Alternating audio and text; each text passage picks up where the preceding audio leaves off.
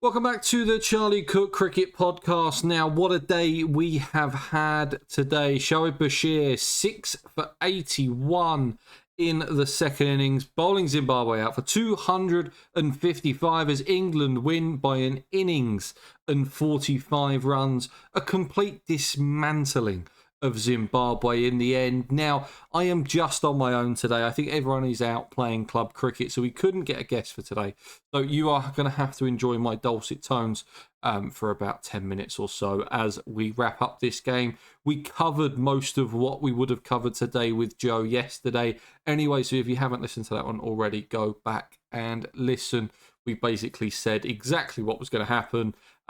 Zimbabwe would crumble and this game would be done by tea. And that's exactly what happened. Story of the game, England 565 for 6 declared. Zimbabwe 265 in reply. Brian Bennett scored a sensational 139 at nearly a run a ball. They're bowled out for 265. Zimbabwe following on 255 all out. Sean Williams scoring 88 and Sikandar Raza scoring 60. Now, they were the two highlights from Zimbabwe in that second innings. And I have to say, Zimbabwe have actually had a decent test. Okay, they've lost by an innings and 45 runs, but they played an exciting brand of cricket. Their fans were really exciting. There's positives to go by. Brian Bennett's only 21. Muzarabani looked really good. He was getting tips off Stuart Broad this morning. They showed that on Sky today. I think we're probably going to concentrate more on England today, just for the simple fact of we knew that Zimbabwe weren't going to do much anyway. So what Zimbabwe did do was good for them. I have no issues with what Zimbabwe did. We knew that they were going to get beaten and beaten fairly comfortably. The England batters, the two that were in trouble was Crawley and Pope. Crawley scores 124. Ollie Pope scores 171. There's going to be a lot of people that said, oh, well, it's just against Zimbabwe. You're meant to score 100 against Zimbabwe. I could score 100 against Zimbabwe. This Zimbabwe bowling attack isn't that bad. They had a pretty poor day one, but they're not terrible by any means. And that's all they could have done. Zach Crawley and Ollie Pope go out and score centuries, and that is exactly what they needed to do. And I have absolutely no issues with them probably starting the India series now. They've got runs in the bank, okay? It was against Zimbabwe. That's absolutely fine. If they would have gone out and failed, I would have called for one of them to be dropped for Jacob Bethel. Jacob Bethel's going to come back into the squad, most likely to be the spare bat now, because I just don't see how they're going to drop Crawley or Pope. Or Bashir was the other option, and Bashir easily player of the match, and it was a bit of an odd one. We'll move on to Bashir. I mean, I think I tweeted this today of the experience of Bashir is that you're going to get 30 average balls, you're going to get 20 really bad balls, and then you're going to get one magical one that's going to take a wicket. Now, do you want your spinner to hold up an end, or do you want your spinner to take wickets? Because if it's one or the other, I think Bashir can take wickets. I don't think that he can hold up an end. So maybe in England, where the pitches have been relatively flat of late, then it's going to be absolutely fine because he's going to be able to find you that wicket.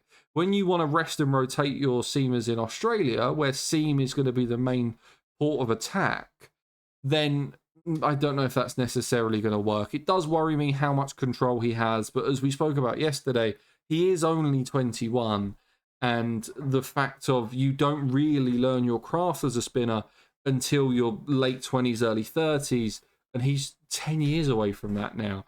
So do we expect him to be the finished result? No. Would I like him to offer us a bit more? Do I think there's better options, either in county cricket or wherever it is at the moment? Yeah, I think there is. I'd take Liam Dawson over him. I'd go Rian Ahmed over him, who's just scored a century for Leicestershire.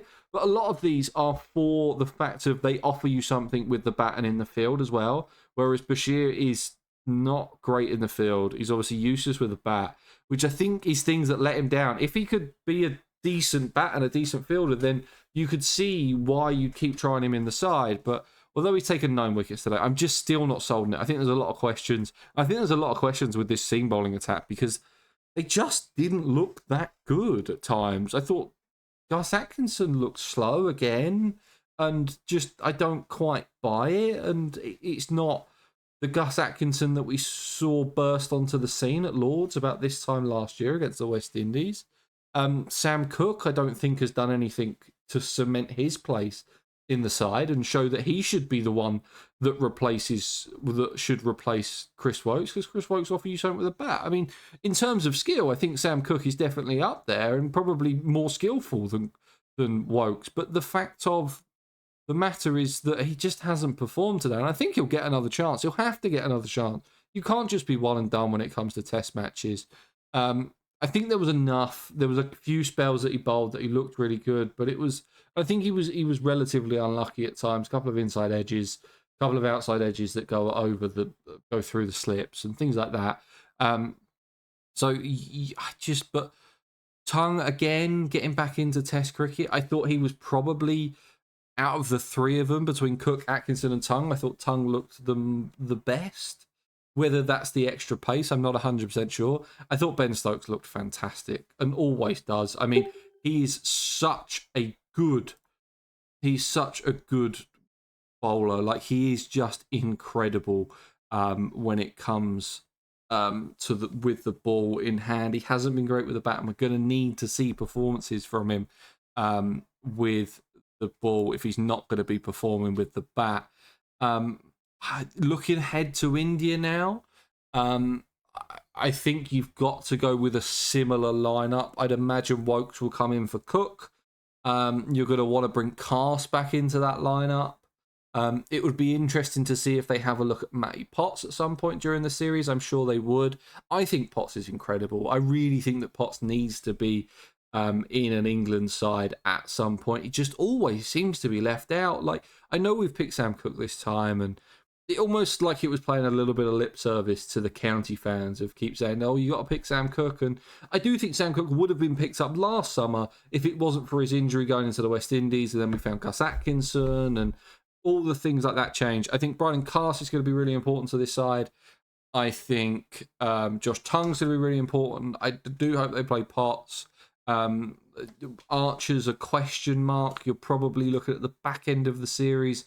You're looking at test 3 or 4 for him coming back from that thumb injury, rather than I think they were hoping for the second test and give him a bit of a run out in the Lions games. But obviously that thumb injury has changed it slightly. But we're going to have to make sure that bowling attack is fit and ready, because we don't want Stokes bowling too much. Now, whether Atkinson was injured today, he only bowled the 6 overs in the second innings.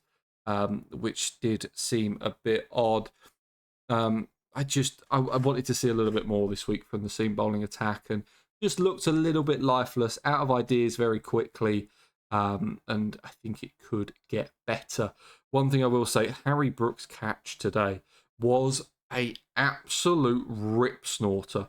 Like, I could not believe he took that. Now, I'm going to say that I took one of those in I think it was under 12s cricket. I know you're not going to believe me. It wasn't at slip, it was at mid-off, but it was a big old diving one over my head. It was very similar to the one that Brooke said today. You should have seen a little chubby 12-year-old me fly in the air and take a similar catch to that. No one that is listening to that is going to believe me. But we will take it on the chin, and it's my word against yours. Where does Zimbabwe go after this? You just don't know. I mean, they're playing a lot of Test cricket this year. They've said that Test cricket is important to them, and they seem to be filling out some stadiums for some Test cricket. So they want to keep playing it. I thought what England done and taking care of the having like a revenue split with them and taking care of travel and hotels and things like that is something that needs to happen, and would like to see it happen more, especially from those big 3 nations of India, England and Australia. We should be supporting teams like Zimbabwe, helping them grow, helping their cricket get better, because if Test cricket is just played between 3 teams, it's going to get dull very, very quickly. So having teams like Zimbabwe in there, while they were beaten quite comprehensively, it was quite exciting to see them in England for the first time in 22 years. So what would I do for India if I'm England? I'd pick the same side. I'd bring Cast in. I might bring Wokes in for Cook. I think you get a very similar experience, but Wokes obviously offers that little bit more with the bat. That's personally what I do. I think that's probably what England are going to do as well. But that is this test wrapped up. Not a lot happened today. Bashir spun Zimbabwe in a web. He bowled very nicely, but I'm still not 100% sold on him. We'll be back next week. I think we're doing a blast preview. I think we're going to do a county championship recap. We've got the ODI starting on Thursday. IPL finals next week. There is a lot of cricket happening next week. So make sure you're subscribed, following the podcast. Leave a like, leave a review, leave a comment on Spotify, wherever you get your podcast. Do whatever helps out the channel. And I will see you guys probably, I want to say Tuesday. If we can get one out Tuesday, that would be great. But I shall see you guys then. Cheers.